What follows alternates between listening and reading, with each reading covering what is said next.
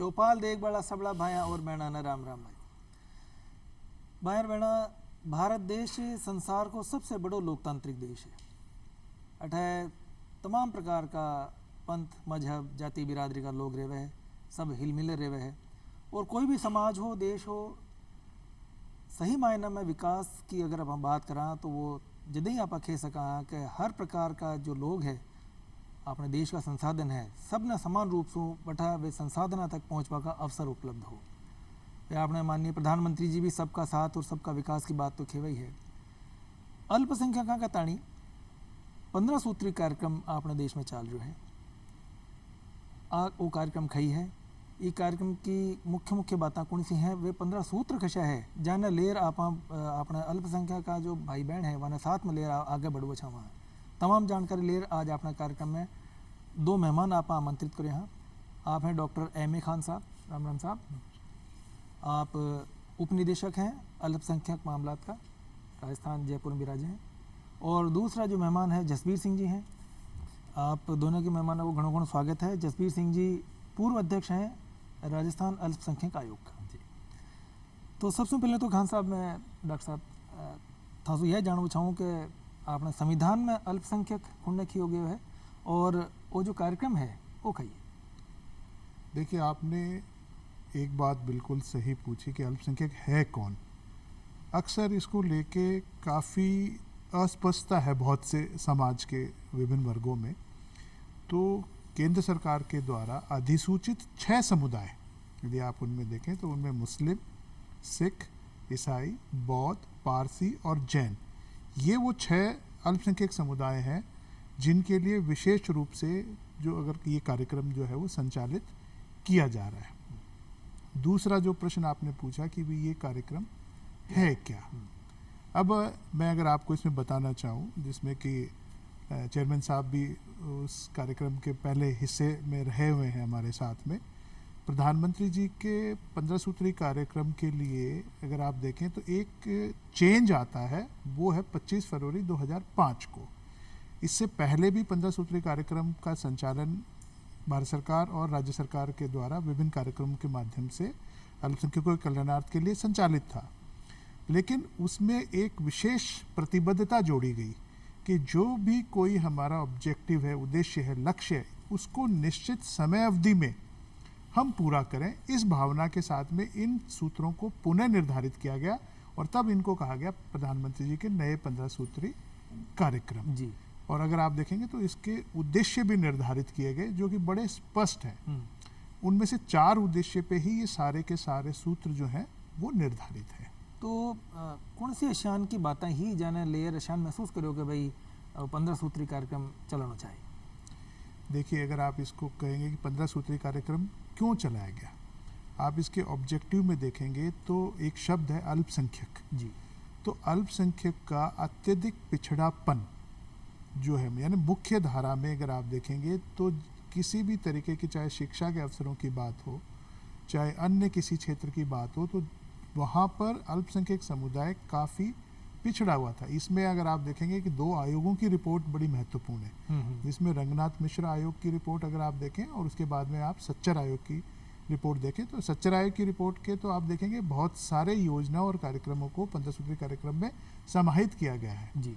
तो इन दोनों आयोगों की रिपोर्ट के आधार पर और अल्पसंख्यकों के वास्तविक रूप से पिछड़ेपन के कारण जो है इस कार्यक्रम को लागू किया गया और इसके उद्देश्य निर्धारित किए गए जो समाज के समग्र स्वरूप को परिभाषित कर रहे थे। यदि आप देखें तो सबसे पहले अगर हम बात करते हैं वो शिक्षा अवसरों की उपलब्धता की बात कर रहे थे। इसी के तहत पहले 6 जो सूत्र हैं वो निर्धारित किए गए जी।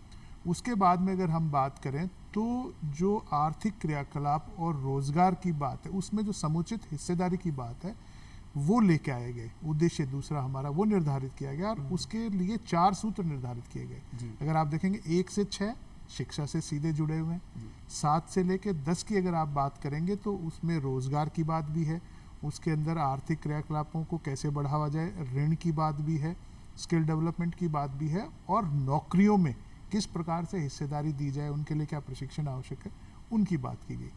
फिर जो तीसरा हमारा उद्देश्य निर्धारित किया गया, जो अगर आप देखेंगे कि वास्तविक रूप से धरातल के ऊपर आपको स्पष्ट रूप से नजर आता है, वो है जीवन स्तर में सुधार लाने की जो बात थी। तो अगर ये बहुत अत्यधिक महत्वपूर्ण है। इसमें 11 नंबर के अंदर अगर हम बात करते हैं तो हम मलिन बस्तियों और उनकी बात करते हैं, और दूसरे की बात करते हैं तो हम ग्रामीण विकास के माध्यम से विभिन्न प्रकार की जो योजनाएं संचालित है उसमें समुचित हिस्सेदारी की बात करते हैं। इसमें पहले इंदिरा आवास योजना, जो अभी हम PMAY प्रधानमंत्री आवास योजना के नाम से जानते हैं, और अंतिम जो 3 हमारे सूत्र हैं, अगर आप उनको गौर से देखेंगे तो वो हमारे सामाजिक ताने बाने का आधार है। उसके अंदर किस तरीके से हम रहें, जिसको हम कहते हैं कम्युनल हार्मनी, सांप्रदायिक सौहार्द को किस तरीके से सुनिश्चित किया जाए, वो इन तीनों सूत्र के अंदर निर्धारित है। तो ये हमारे वो जो 15 सूत्र हैं और 4 ऑब्जेक्टिव जो है वो ये निर्धारित करते हैं। इसके अलावा भी बहुत सारी चीज़ों को स्पष्टता की गई है। जैसे इसमें एक बहुत अच्छी विशेष बात की गई है कि जो आपका प्लान आउटले होगा, उस प्लान आउटले के अंदर विभिन्न विभागों के द्वारा जो संचालित योजनाएं हैं उसमें जहां तक संभव होगा ये सुनिश्चित किया जाएगा कि 15% जो है लक्ष्य और वित्तीय प्रावधान जो है अल्पसंख्यकों के कल्याणार्थ संचालित योजना के लिए सुनिश्चित किया जाए।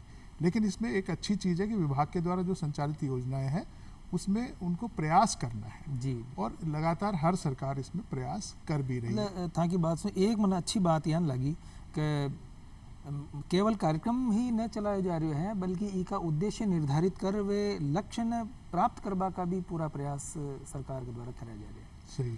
जसबीर सिंह जी, 2005 में जो है ये बार डॉक्टर साहब खेरिया हाँ कि भाई नया प्रावधान बनाया का नया रूप में इन्हें 15 सूत्री कार्यक्रम प्रस्तुत करियो, तो इको खेबा को मतलब तो पहले से चल रहे हो 15 सूत्री कार्यक्रम? जी जी ये पहले से चल रहा है।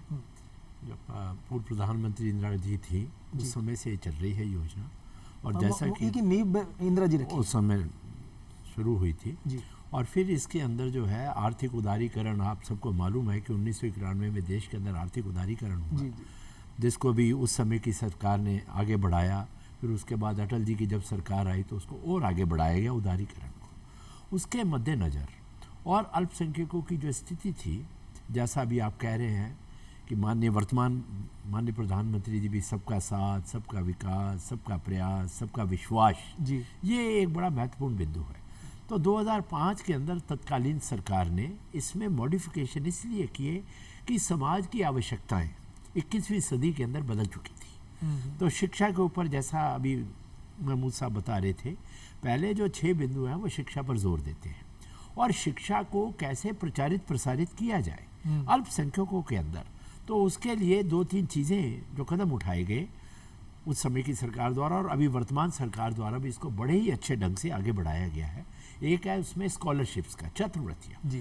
पूरे देश के अंदर छात्रवृत्तियों का एक ऐसा सिलसिला शुरू किया गया, प्री मैट्रिक, पोस्ट मैट्रिक और मेरिट कम मीन्स, ये 3 किस्म की छात्रवृत्तियाँ पहली कक्षा से लेकर और 9वीं कक्षा तक छात्रवृत्तियाँ।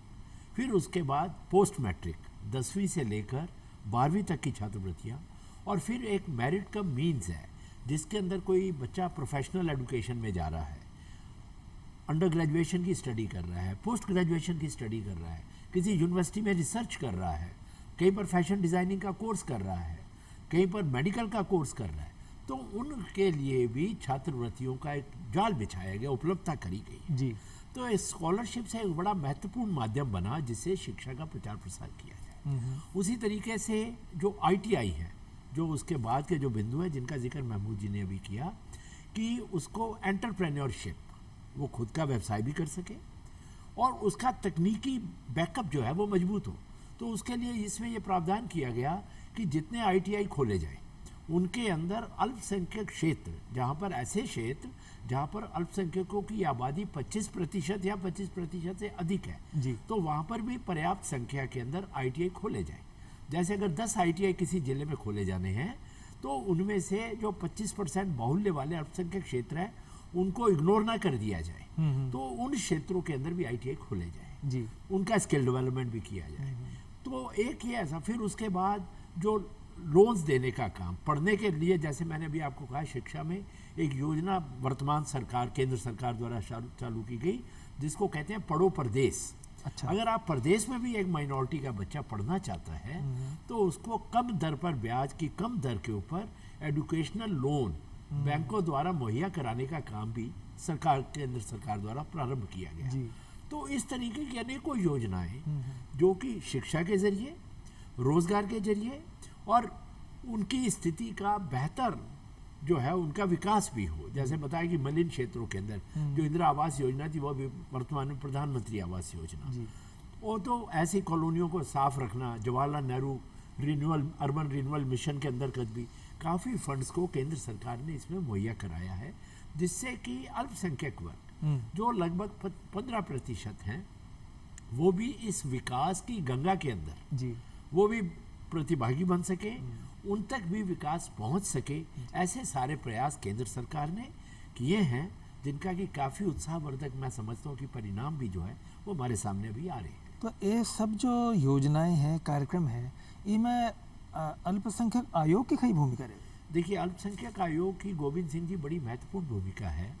ये जो प्रधानमंत्री जी का 15 सूत्री कार्यक्रम है, इसके लिए जिला स्तर पर भी कमेटियाँ बनी हुई हैं और उन कमेटियों के अंदर जो अध्यक्ष होता है वो होते हैं कलेक्टर हर जिले के। जब मैं आयोग के अंदर अध्यक्ष रहा 2 बार, 2006 से 9 भी और 16 से 19 तक भी, तो हम प्रत्येक जिले के अंदर जन सुनवाई कार्यक्रम करते थे और जन सुनवाई में लोगों की समस्याएं लेते थे कि आपकी समस्या क्या है। कोई बच्चा आया कि मेरे को स्कॉलरशिप नहीं मिल रही है जी। कोई आया कि मेरे को लोन नहीं मिल रहा है कारोबार करने के लिए। तो हम सारी जो तकलीफ़ें थी, समस्याएं होती थी लोगों की, उनको एकत्रित कर कर दोपहर के अंदर कलेक्ट्रेट के अंदर DLOs की मीटिंग बुलाते थे जी। जिसमें सारे जिला स्तर के अधिकारी मौजूद रहते थे, कलेक्टर समेत, SP समेत, जो DSO है, बिजली विभाग के हैं, नगर निगम या नगर परिषद के हैं। तो हम उनमें प्रत्येक समस्या के ऊपर चर्चा करते थे कि ये समस्याएं दूर हो, क्योंकि अधिकांश 90% लोगों की जो समस्या होती है जिला स्तर की होती है, जी। उनका हल करना।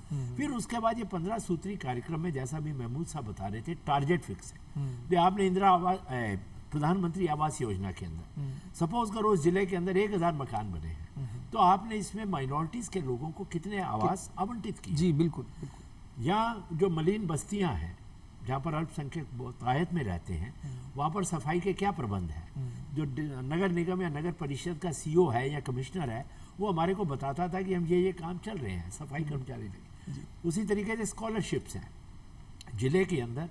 आजकल जितनी स्कॉलरशिप्स हैं वो प्राइम मिनिस्टर ऑफिस के अंदर जो है नेशनल स्कॉलरशिप पोर्टल बना हुआ है, जहाँ पर पूरी स्कॉलरशिप्स की मॉनिटरिंग की जाती है। तो एक समयबद्ध तरीके से स्कॉलरशिप बच्चों के, जैसे डायरेक्ट बेनिफिट है DBT आजकल जो चल रहा है जो प्रधानमंत्री जी का, तो उसमें स्कॉलरशिप जो है एक पर्टिकुलर पीरियड तक, नवंबर या दिसंबर या जनवरी के महीने तक, उन बच्चों के बैंक अकाउंट के अंदर ट्रांसफ़र होनी चाहिए। तो इनका मॉनिटरिंग का काम, प्रधानमंत्री जी के 15 सूत्री कार्यक्रम की मॉनिटरिंग का काम हमारा अल्पसंख्यक आयोग सफलतापूर्वक करता रहा, जिसके बहुत अच्छे परिणाम आते रहे। जब दंगे भी कहीं पर कोई बाय द वे कोई सांप्रदायिक घटना हो जाती थी, तो हमारा आयोग तत्काल वहाँ पर जाता था, दौरा करता था।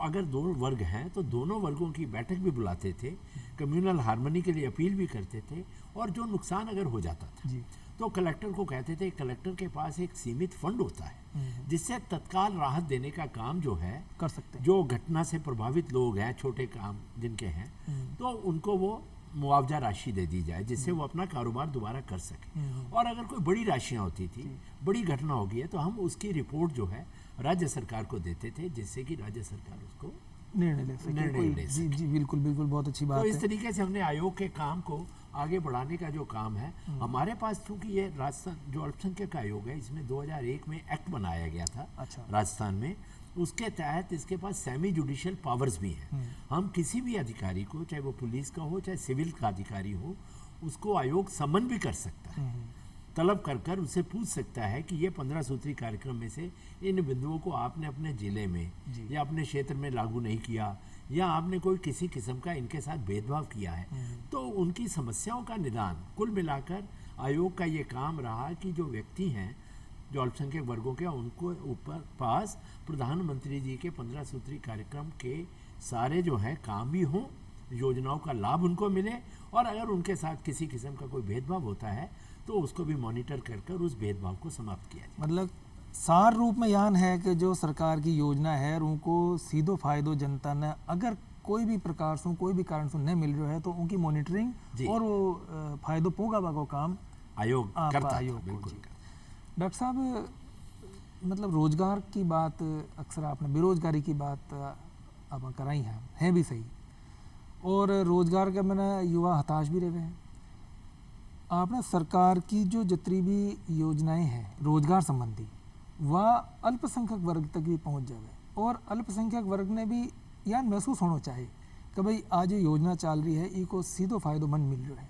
ये कथानी 15 सूत्री कार्यक्रम में कई प्रावधान। देखिए, आप इसमें 15 सूत्री कार्यक्रम में देखेंगे तो इसका जो बिंदु संख्या 7 और 8 है वो दोनों कौशल विकास से ही जुड़े हुए हैं। उसमें रोजगार की बात भी हम करते हैं और कौशल विकास की भी बात करते हैं। अगर आप इसमें देखेंगे कि आज की तारीख में अगर रोजगार की बात करते तो उससे पहले प्रशिक्षण जरूरी है।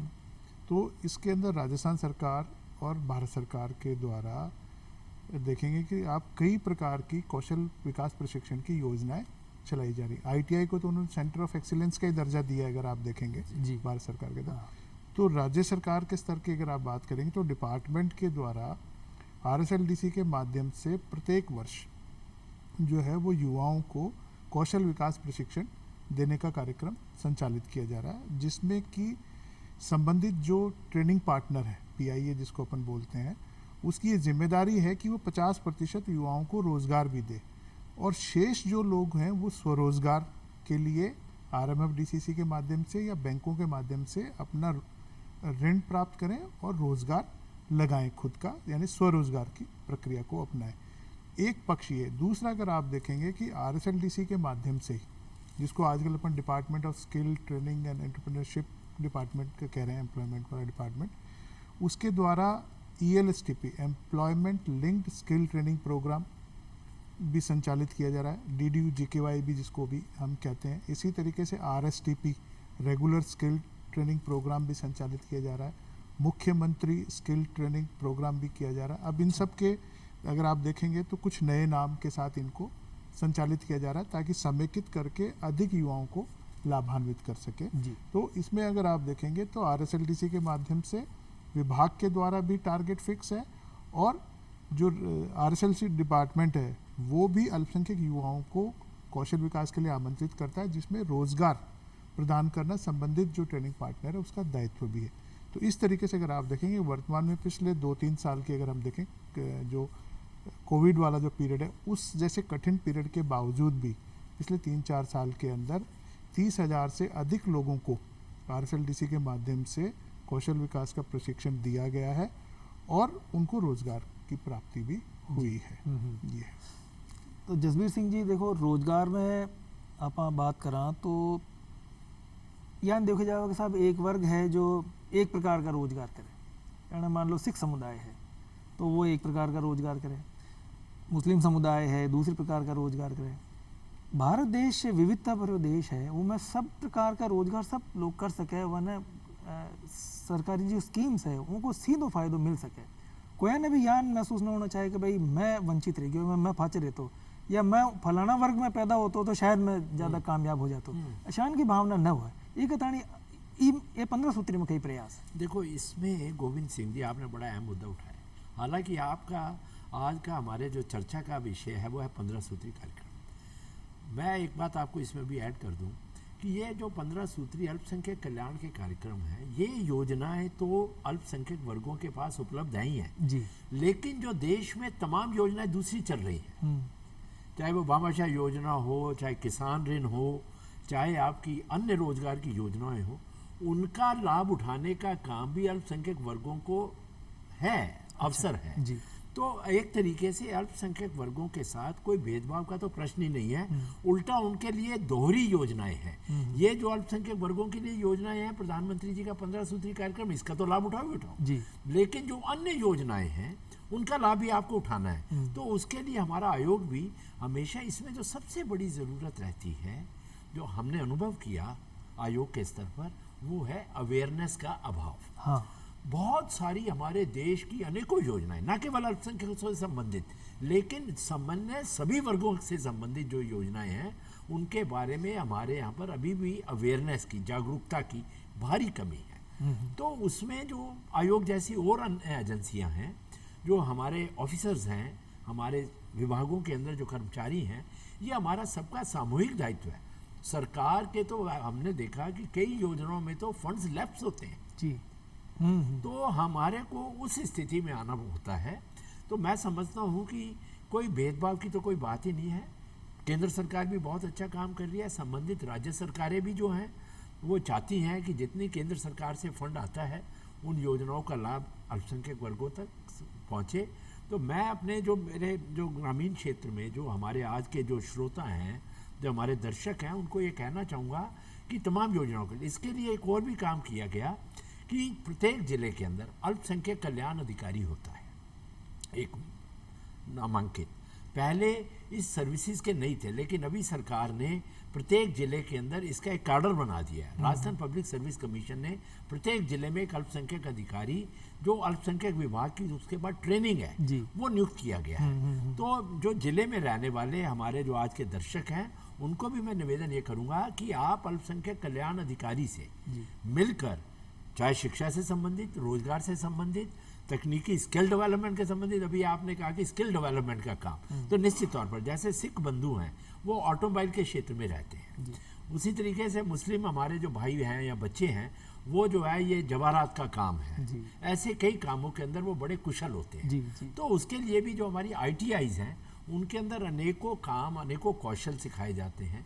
फिर राजस्थान स्किल डेवलपमेंट यूनिवर्सिटी जो अभी बनी है उसके अंदर भी स्किल डेवलपमेंट का काम, जो डिग्रियां दी जाती हैं वो BA और BCom और BSc के समतुल्य डिग्रियां दी जा रही हैं कि जिससे आप तकनीक का विकास करिए और अपने पैरों पर खड़े होइए, रोजगार खुद भी करिए और रोजगार दूसरों को उपलब्ध भी करिए। जी बिल्कुल। डॉक्टर साहब, सीधो प्रश्न है, 15 सूत्री कार्यक्रम से अल्पसंख्यकों के जीवन स्तर में कतरो सुधार देखने में आयो है? देखिए, आपका प्रश्न का उत्तर जो है वो एकदम सीधा सपाट नहीं दिया जा सकता। कारण ये है कि ये एक सतत चलने वाली प्रक्रिया, विकास अगर आप देखें तो रातों रात कभी भी बदलाव नहीं आता, एक लंबी प्रक्रिया है। तो आप इसमें ये कह सकते हैं कि बदलाव हो रहा है, लेकिन उसकी गति, बदलाव तो हुई है, मतलब बदलाव हो रहा है, लेकिन उसकी जो गति अपेक्षित थी उस गति में उतना नहीं हुआ है। ये एक मतलब कड़वा सत्य है। उसके कारण जैसे एक चेयरमैन साहब ने बताया कि जानकारी का अभाव होना बहुत सारे क्षेत्र है। मैं साहब की बात में एक बात स्पष्ट रूप से जोड़ दूं कि 15 सूत्रों में से 3 सूत्र ऐसे हैं जिनको अल्पसंख्यक डिपार्टमेंट प्रत्यक्षतः डील करता है। तो आप कह सकते हो कि 100% वो योजनाएं डिपार्टमेंट के द्वारा लागू की जाती है, लेकिन अन्य, चाहे वो ICDS हो, चाहे स्कूल एजुकेशन हो, वो समुदाय के जो बाकी यानी मुख्य धारा है उनके लिए जो योजनाएं संचालित है उसी में उनको समाहित करते हुए आगे बढ़ाने का काम किया जा रहा है। तो विकास हुआ है, बदलाव आया है, लेकिन जो एक उम्मीद और काम करवा की जरूरत है, और काम करवा की तो हमेशा जरूरत है। अगर आप ये देखेंगे कि बदलाव के लिए हमेशा कभी भी वो है साथी हाथ बढ़ाना, तो कभी एक कदम नहीं, एक कदम बढ़ाते हुए ही हम मंजिल की तरफ बढ़ते हैं। तो पहला कदम बढ़ाया जा चुका है, लेकिन उसमें गति अपेक्षित है। और लगातार अगर आप देखें तो आधुनिक तकनीक के माध्यम से इसमें सहजता लाकर आम जन तक पहुंचाने का प्रयास किया जा रहा है, जिसमें स्कॉलरशिप सबसे बड़ा उदाहरण है। अगर आप देखें तो नेशनल स्कॉलरशिप पोर्टल जो NSP है उसमें पूरा का पूरा जो है वो ऑनलाइन प्रोसेस है। पूरी ऑनलाइन प्रोसेस होने से कैंडिडेट को भी इजी है और उसके बाद में वो अपनी कोई स्थिति देखना, स्टेटस चेक करना चाहे तो वो चेक कर सकता है। जसबीर सिंह जी, बहुत थोड़ा शब्द में अगर मैं थाना पहुँचाऊँ, आज़ादी का अमृत महोत्सव देश मना रही है, अल्पसंख्यकों की कई भूमिका या भागीदारी देश का विकास में हो सके? देखो, प्रधानमंत्री जी ने अभी गोविंद सिंह जी लाल किले से कहा था कि हमारे को इसको अमृत काल को वास्तविक परिणामों के अंदर बदलना है। जब वास्तविक परिणामों में बदलने की उन्होंने बात करी है तो 135 करोड़ भारतीयों की बात करी है। हम अपनी जगह पर उपासना पद्धति से हिंदू हैं, मुसलमान हैं, सिख हैं, ईसाई हैं, जैन हैं, बौद्ध हैं, वो कोई दिक्कत नहीं है, लेकिन हम भारतीय हैं और अपने दायित्वों का अगर हम निर्वहन करेंगे, मैं एक छोटा सा सिर्फ उदाहरण देकर अपनी बात को ख़त्म करूँगा। MC छागला साहब हुए हमारे भारत के बड़े प्रख्यात, वो चीफ जस्टिस रहे बॉम्बे हाई कोर्ट के, उनको एम्बेसडर बनाकर भेजा गया अमेरिका के अंदर। तो जब वो अपने अंदर प्रमाण पत्र देकर आए व्हाइट हाउस में, तो बाहर एक नामी पत्रकार ने उनसे पूछा, वो अपना नाम MC चागला लिखा करते थे, पूरा नाम उनका था मोहम्मद करीम चागला। तो उस पत्रकार ने, नामी पत्रकार था, उसने उनसे पूछा कि मिस्टर चागला आप हिंदू हैं या मुसलमान? तो उन्होंने पलटकर उससे पूछा, पत्रकार से, कि अगर मैं आपसे पूछूं कि आप रोमन कैथोलिक हैं, प्रोटेस्टेंट हैं या यहूदी हैं, तो आपको कैसा लगेगा? मेरे लिए, बहुत अच्छी, आपके लिए और मेरे काम के लिए, जिसके लिए मुझे यहाँ भेजा गया, इतना पर्याप्त है कि मैं भारतीय हूँ। जी बिल्कुल। तो मैं समझता हूँ कि अगर हम भारतीय के नाते अपने आप को भारतीय समझकर सोचेंगे तो बहुत सी समस्याओं का निदान हो जाएगा। जो सरकार ने योजनाएं बनाई हैं सभी वर्गों के लिए, उनका लाभ उठाइए, लेकिन अंदर ही अंदर हम अपने मन में ये रखें कि हम भारत के निवासी हैं, भारतीय हैं, और इस नाते हमारे जो चाहे दायित्व होंगे उनका निर्वहन करेंगे और हमारे अधिकार होंगे उनका हम उपयोग करेंगे। तो आज की चौपाल में जसबीर सिंह जी आप पधारिया और डॉक्टर M.A. खान साहब, आप दोनों मिलकर बहुत बढ़िया और बड़ा अच्छा ढंग से जानकारी दी। आपका बहुत बहुत धन्यवाद। चौपाल और भगतपुर और लेनी पड़ती इजाज़त। आपका भी बहुत राम राम साहब।